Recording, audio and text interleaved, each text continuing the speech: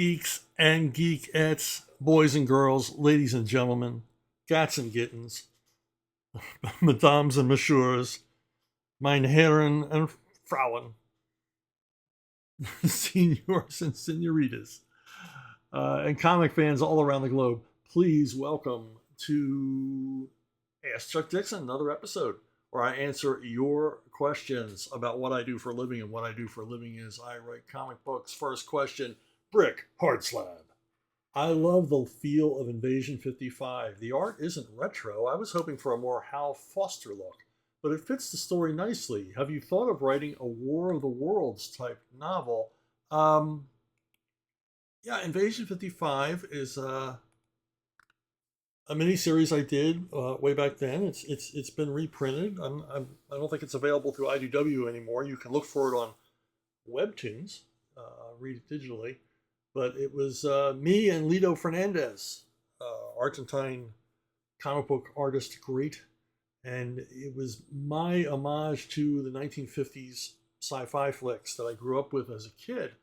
And I have to argue with you. The art style is decidedly retro. Lito Fernandez is very much channeling artists like Frank Robbins and Lee Elias and guys like that to create this look, this sort of 1950s comic book look that fit with the time period of the comic. So I got to argue, it is retro. Hal Foster would have been real retro, and Hal Foster really wouldn't have been a fitting art style for a comic book story set in the 50s anyway.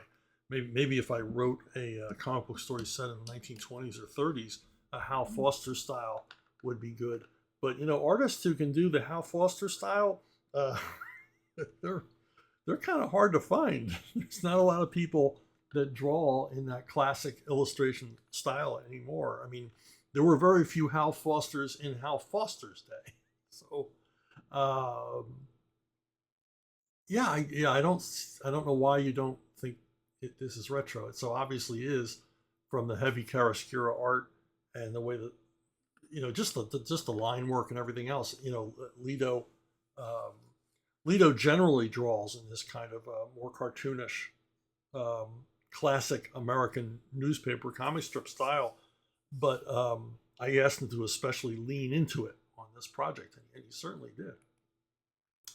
Poitiers, so I must add, is from France, so it puts some context to his question. A question about Savage Tales Volume 2, Number 5, the Giselle story. Do you remember what was your inspiration for this French woman who would betray the poor English pilot?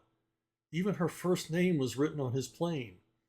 Was it to point out a certain French frivolity, or to address more broadly the painful versatility of some women far from harsh realities? Giselle was a story by me and Ken Stacy, and it appeared in this issue 5 of the rebooted Savage Tales, which was a anthology series edited by Larry Hama that featured like men's adventure stories, Western stories, war stories, crime, action, that kind of stuff. Giselle was set in World War One. It was an aviation story. I don't remember if I wrote it and then it was assigned to Ken Stacy, or Larry said Ken Stacy's looking for a World War One aviation story. I don't remember where the inspiration originally came from. You know, because Ken is a big aviation nut, and he wanted to draw a World War One type story, and that was cool with me because I really like Ken's stuff. Now, in the story, it features an RAF pilot who's at a base in France, and their base, you know, in World War One, there would be, assaults and advances and everything else, and the lines would move somewhat in some regions. They didn't remain static throughout the entire war. And this RAF base gets taken over by the Luftwaffe, and they lay claim to everything. Now, unfortunately for this RAF pilot, one of the things that he fears they laid claim to is Giselle, this French girl that he's fallen in love with and named his plane after.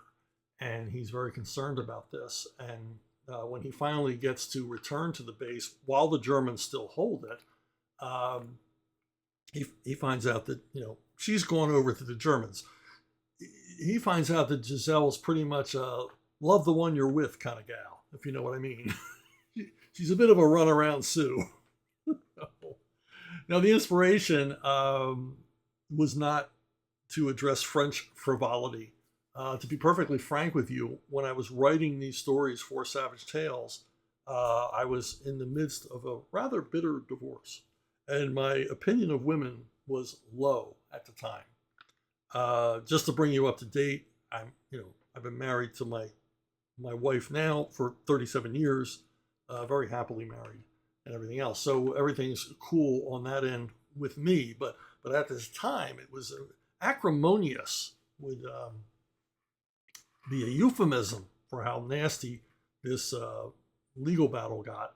And some of that was reflected in my work in 1986 and 1985. So there you go.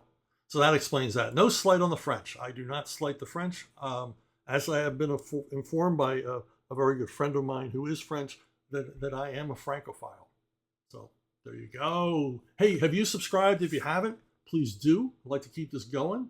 I'd like to grow this audience. You probably have friends who would like to have their questions answered on this channel. Maybe they're not aware of it. Why not tell them? Why not share, or just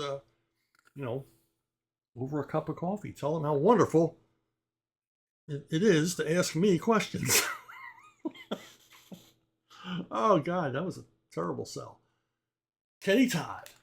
Hope all is well with the family. Given that you like crazy crossovers, I do too. What do you think is the reason a Star Trek, Star Wars crossover has not happened? Is that something that you would be interested in writing? Can it even be done? I think it could. Also, have you read the Star Trek Planet of the Apes crossover? How about the Star Trek Legion of Superheroes crossover? There was even a Star Trek Next Generation Doctor Who crossover. That one I haven't read. Just curious as to your thoughts. Yeah, I think the main obstacle here would be legal. As I've said before, whenever you go into a crossover, when two IP owners consider joining their properties for an event, each side asks themselves, what's in it for me? Now, on the Star Wars side, they got to be saying, well, what's in it for us to cross over with Star Trek? Because Star Wars, sadly to say, because I lean more toward Star Trek, Star Wars is a much bigger property, much more profitable. So there's really nothing in it for Disney to do a Star Trek Star Wars crossover. There's they would not benefit. Star Trek would benefit by the further exposure of their characters to the world of Star Wars. And the thing is, it made me think, what would I do if I was, if the world went crazy and I was offered a Star Wars, Star Trek crossover event. And I don't think I would make it an event where it severely impacted either universe. We're not going to find out that, it was Sulu who stole the plans for the Death Star. Nothing revelationary like that alters either. And my first instinct would be to set it in the Star Wars parallel universe, or Star Trek parallel universe, the evil Star Trek universe, and possibly have the crew of the Enterprise encountering the Sith or the Empire and cutting a deal for themselves. Now, as far as the other Star Trek crossovers, I did read the Star Trek Planet of the Apes one. I don't remember much about it. It looked good. I remember that. And I think I had fun reading it. Now, the Star Trek Legion of Superheroes, I had no interest in, because I just have no interest in Legion of Superheroes.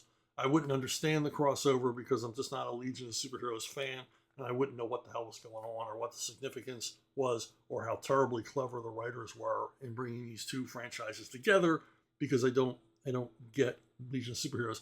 And as far as Star Trek goes, for me, I think it's obvious at this point, It's all original series with me. Yeah, I like, to some extent, nothing current with Star Trek. Nothing current with Star Trek. To some extent, I like Next Generation. I can tolerate Voyager, Deep Space Nine. Ugh. No.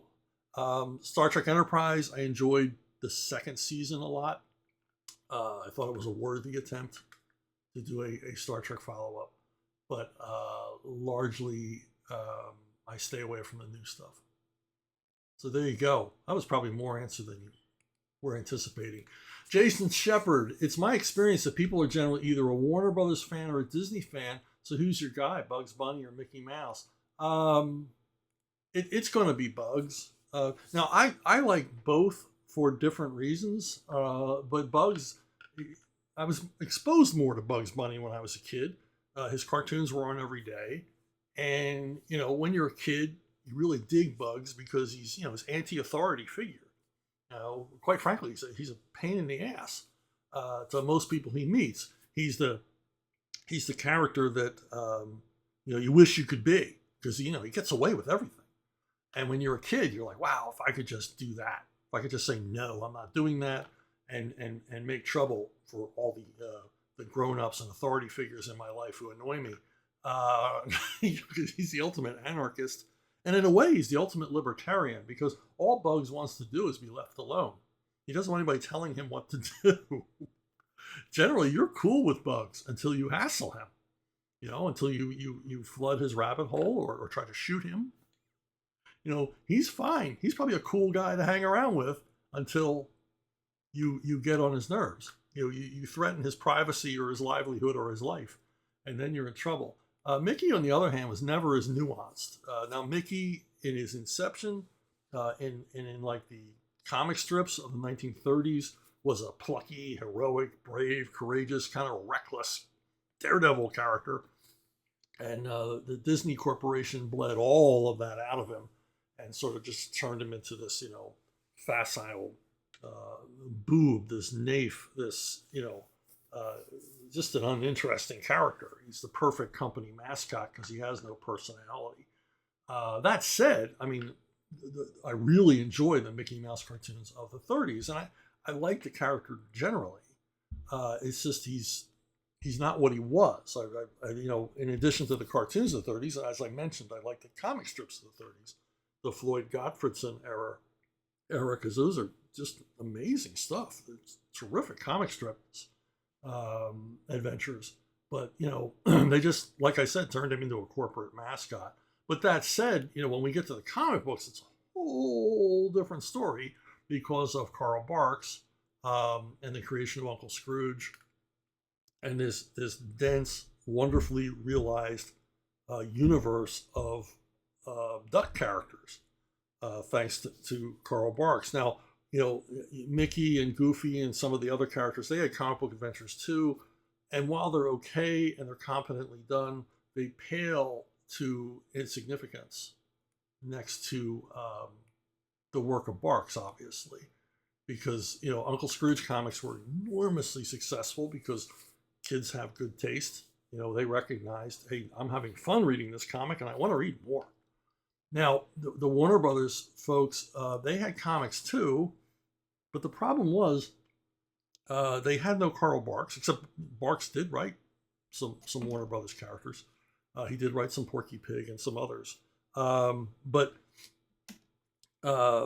because of the difference between a Warner Brothers cartoon and a Disney cartoon, the Warners wasn't really a good fit for comics because Disney cartoons were set in pretty much, by the 1940s when the comics were coming out, the comic strips and the cartoons were set in a cohesive, stable universe of characters, and we understood the characters, their motivations, and generally how they would react to things.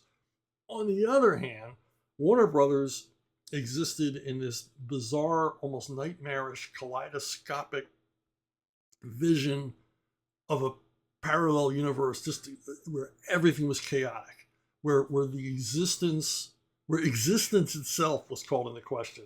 Reality was malleable. Anything could happen, literally, in a Warner Brothers cartoon. They could stop the film. They could speak to the audience. They could do all kinds of crazy stuff, and the hyper violence. And there was no real continuity. Every time Elmer met Bugs, it was the first time. Every time Porky met Sylvester, it was the first time. So translating these into comics, into a more sedate kind of story setting, it just didn't work. Even though I've read a number, especially the Porky Pig comics, and even if they're not by Barks, there's some great stories. Don't get me wrong, but they're not like a Warner Brothers cartoon at all. There's no reflection. So yeah, Bugs, hands down, it's Bugs, but respect for the Disney stuff too, obviously. The budget, the art, time, the high level of quality through Disney's golden years, obviously far superior to the Warner Brothers output, because Disney just threw money at this stuff and Warner's didn't.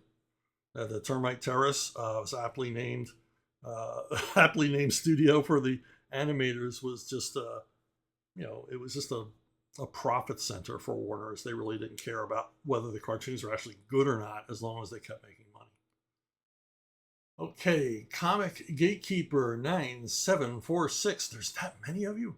Do you ever ruminate on the future of the mainstream American comic industry? Do you foresee light at the end of the tunnel? A few years ago, I had a depressing theory that comics would go the way of the poetry book, i.e. become incredibly niche. No, we have to stop thinking of comics as an industry, because they've never been an industry. Industries take themselves seriously and are concerned with their own survival. And they look at things globally. Comics has never done that. Comics, while they used to be far more popular than they are today, I mean, way, way more popular than they are today, and a vital part of pop culture, even though pretty much invisible part of pop culture if you weren't a kid, they,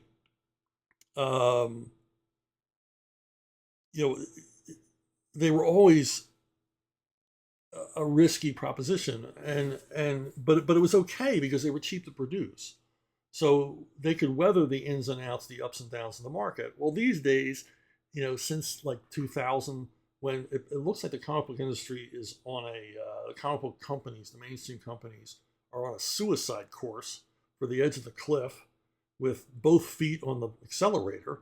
We got to stop thinking about mainstream comics. There's other outlets, and what your comparison to poetry is not apt, because poetry is not a medium that many people are drawn to. But comics, kids are always going to draw comics. As a medium, kids are always going to be attracted, and that's the answer. See, that's how you keep something like this alive, because kids are drawn to it. It's easy to produce. You can, doodle away a comic book on loose leaf paper in math class, as I so often did, much to the detriment of my mathematic abilities. But, kids are going to draw comics. They're going to be attracted to comics. It's the comic company's fault that we've seen this all fall into a niche market. It's not comic book readership. It's not the kids' fault. It's not video games' fault. It's nobody's fault but the companies themselves, that they failed to do what an industry does, which is concerned about profitability, concerned about its own survival, and have a global outlook. Realize what you're doing wrong and change course. That's what big companies do. That's what oil companies and pharmaceutical companies and car companies do. Comic book companies, not so much, because they're generally run, or have been in the last few decades, by nitwit careerists who cannot see the future and really don't care, understand, or wish to understand their readership. But the medium will always be with us. Kids will always be doodling cartoons and comics, and manga is a proof of that. And you go, boo, hiss, manga, they're from Japan. Yes, but it's comics, and kids are reading them and they're seeing them. And you also have a whole bunch of graphic novels that sell quite well, that are aimed at elementary school kids, aimed at young readers, and they do quite well. For the most part, they're not very good.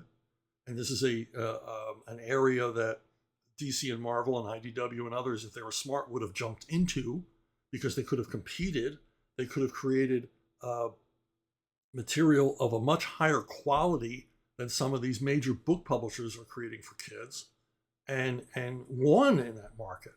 But because of the navel gazing and the suicide pact they have with Diamond, and this insistence on collectability, and we got to do a comic that can be bagged and conditioned, and all of this backward thinking about comics, they never had any interest in entering that market. And even when they put a toe in that market and had some success, it was distasteful to them, and they just backed away from it.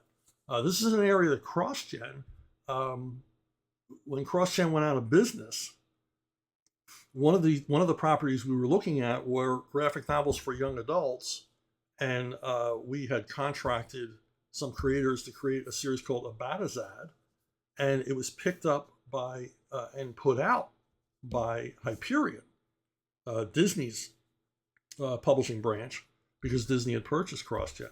And the first 3 books in the series were done, and so they put them out. They put them on end caps and Target, and they sold like a house of fire. But because Disney's just as stupid as DC and Marvel, they never continued the series. Kids responded to these Abatazad books big time because they were of a higher quality than the competitors.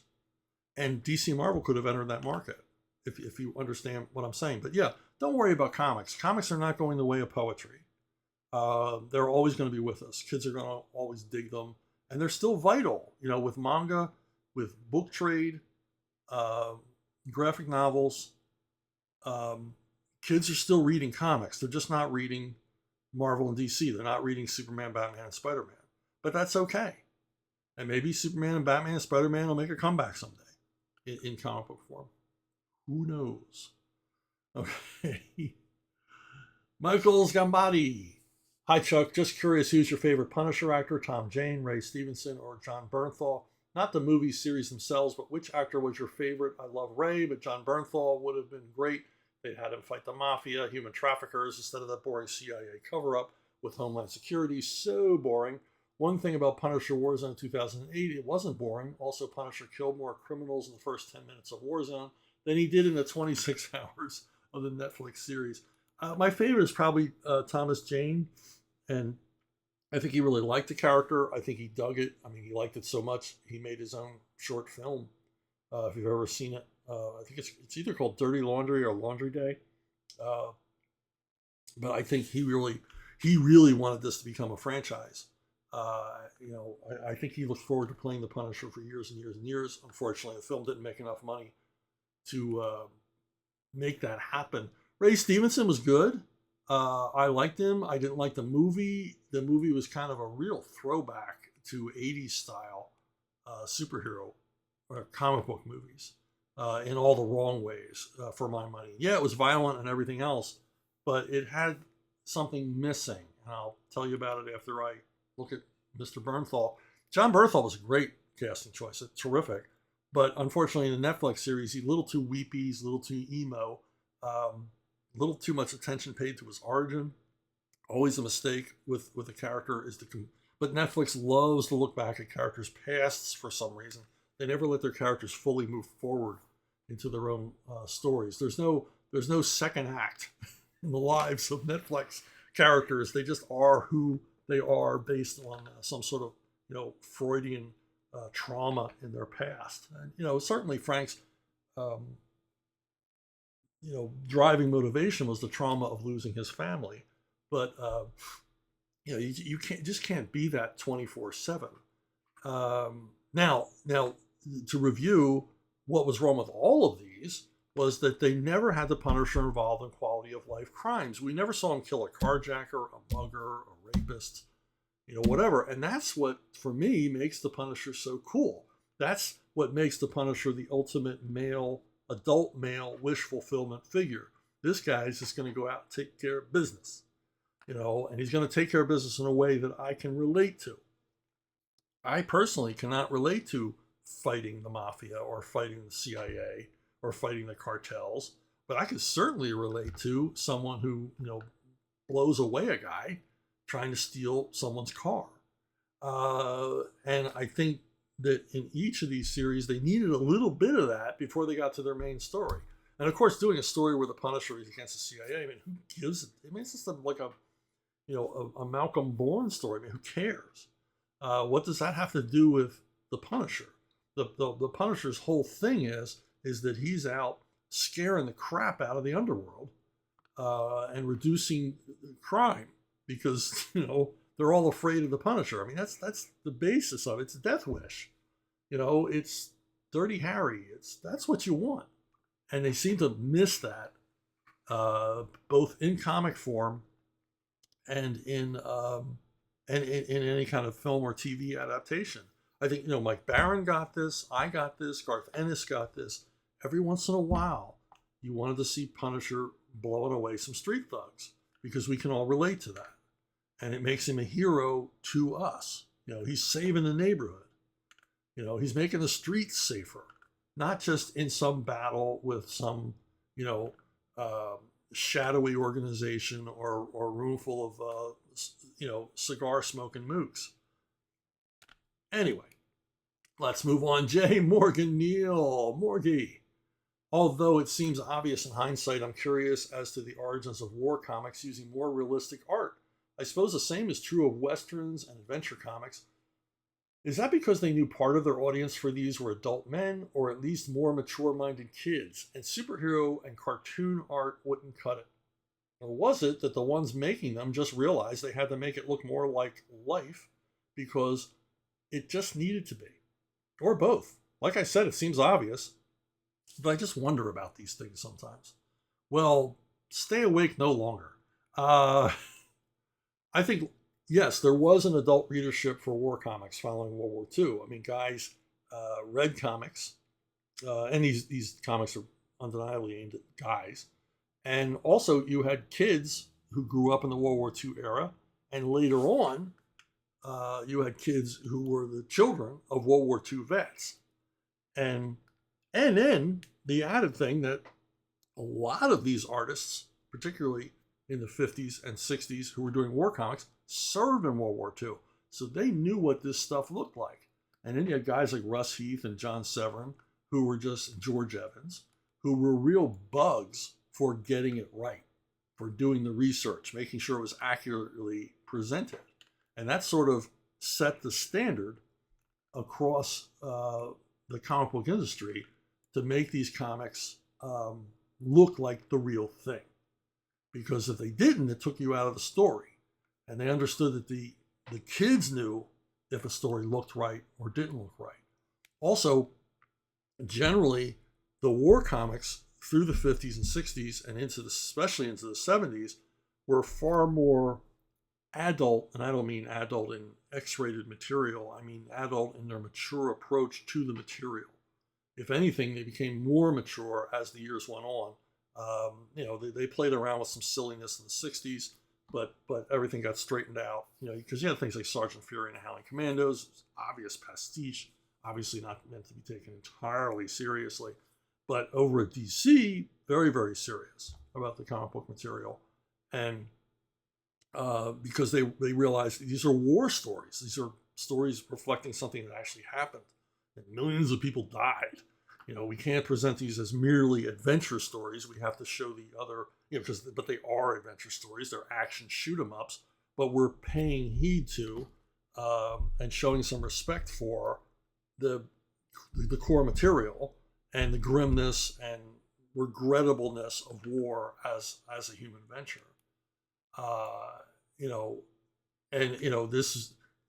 This I think this largely grows from the EC war comics, which were all done by guys who served and all done by guys who were fanatics about research and getting things right and showing the grimness and awfulness that is war and presenting it that way to an audience that wanted that. They wanted that portrayal. So when you look at comics like from the Korean War era, they're pretty grim. There's no looking away. These aren't rah-rah soldiers as superhero stories. These are, soldiers as very much human characters. And I think that continues um, through the entire war genre up to today. Where you have people like Garth Ennis still doing war comics that are very earnest, very realistic in their approach. They might go gonzo or crazy or have an adventure aspect to them, but never looking away from the fact that this is depictions of actual, in many cases, horrifically violent events. So there's this level of seriousness, along with a demand that things be presented accurately. And for me as a kid, I wanted my war comics to look right. And most kids, at least in my neighborhood, we knew what all the weapons and everything looked like because a lot of our dads brought stuff home. I can't even remember how many kids showed me, the Arisaki rifle in their dad's closet, or the Luger or Nambu pistol in their dad's sock drawer. Helmets and armbands and flags and banners and bayonets, and every kid had like a stockpile of stuff their dad brought back from Europe or the Pacific, and it would horrify people today. But we would when no one was looking, we might be playing with chasing each other around with an actual real German Luger that either was or was not loaded. I don't know. I guess we're all lucky to be alive. And this was reflected by the toy companies, who released whole arsenals of weapons and uniforms and everything else for little boys, for their backyard battlefields. My neighborhood, every alley, every street was a scene of almost constant combat, no matter what the weather was like. And so we knew our stuff. We knew a Thompson submachine gun from an M16. We knew what ammo they took. We knew how they worked. And TV, movies, and then listening to our dads talk, we knew about this stuff. So there was demand for a level of realism in war comics, and it came from as I've described, a lot of different sources, a lot of different reasons. But when I was growing up, World War II, because of documentaries on television and movies and hearing the grown-ups talk, World War II was very, very much alive in my house. It was very much, you could just stand around and listen and get a really deep education understanding of what World War II was like. So, of course, I wanted to see that reflected in my comics, and every other kid did too. Matt Enterline, are you a fan of Glenn Ford's Westerns? Yeah, I'm a fan of Glenn Ford in general. He made, war films, comedies, thrillers, played a lot of cops, film noir movies, but mostly made Westerns. I think the guy really dug Westerns. Audiences liked him in Westerns, and he made lots and lots of them from the 40s all the way into the 60s. And, he was good as a laconic kind of comedy Western character, like in The Sheepman, or he could be a complete badass. And he was believable. His physicality was believable. And that's important if you're going to be a Western star. If you're riding a horse, you got to look like you know what you're doing. If you're, firing a Winchester, you got to look like, you're doing this as second nature. And Ford was good with all of that. I mean, he was just completely and utterly believable. And he had a tremendous range. I mean, he could be a real stinker, like in 3:10 to Yuma. So he could be the villain. He could be the hero. Audiences bought him as either.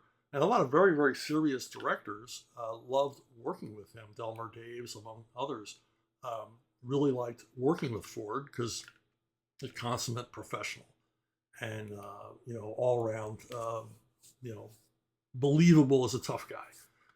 Believable.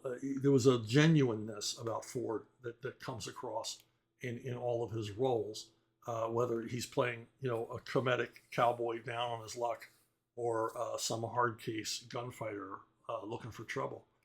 And the thing about it is that this genuineness, this believability, this physicality, this verisimilitude of him being a tough guy comes from the fact that he actually was a tough guy. Glenn Ford was a real stud. And a lot of people don't know this, but he's a fighter pilot, and he flew fighter planes in World War II, and apparently was quite the ace.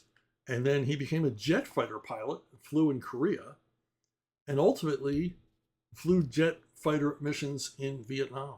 So this guy flew in 3 wars. He would leave his film career, which he didn't have to do, and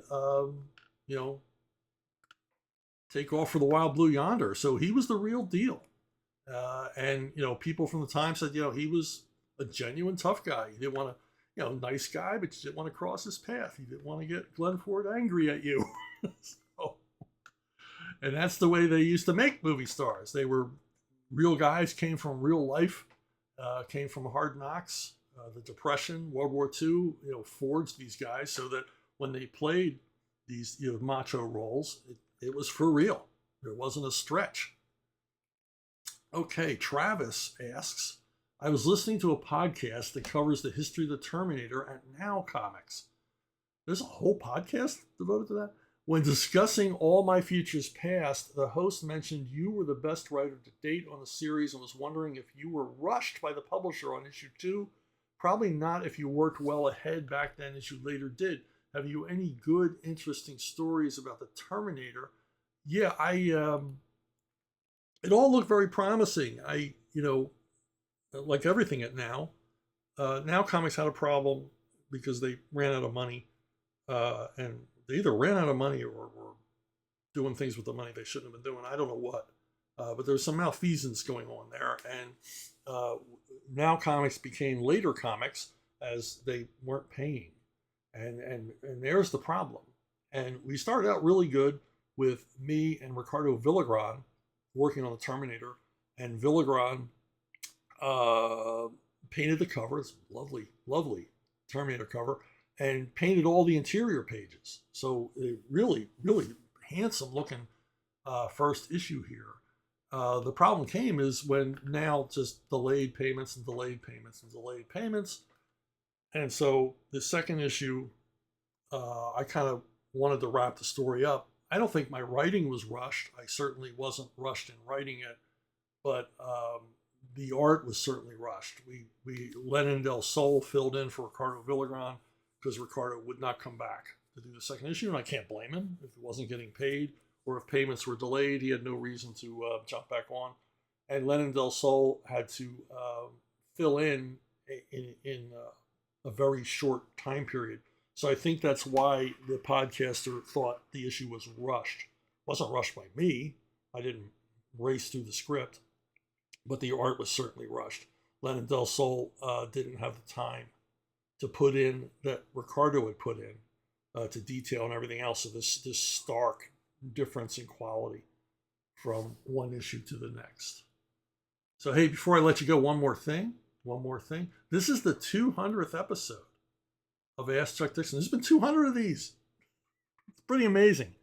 And I have to thank all of you who've sent in questions, and you sent in these incredible, insightful questions, and I've tried to provide informative, entertaining, but largely meandering answers for so much. I get reminded of stuff and just leap into a story, which some of you say you really enjoy. But anyway, you made this channel because you asked the questions. Left up to me, I never would have done anything like this because, hey, Chuck, get on YouTube and talk for an hour. I mean, talk about what? So you tell me what to talk about. And that's been the secret of the success of this little endeavor. And I want to thank all of you. And thank you for watching. Thank you for listening all this time. And I'll see you next week. And I'll see you down the road.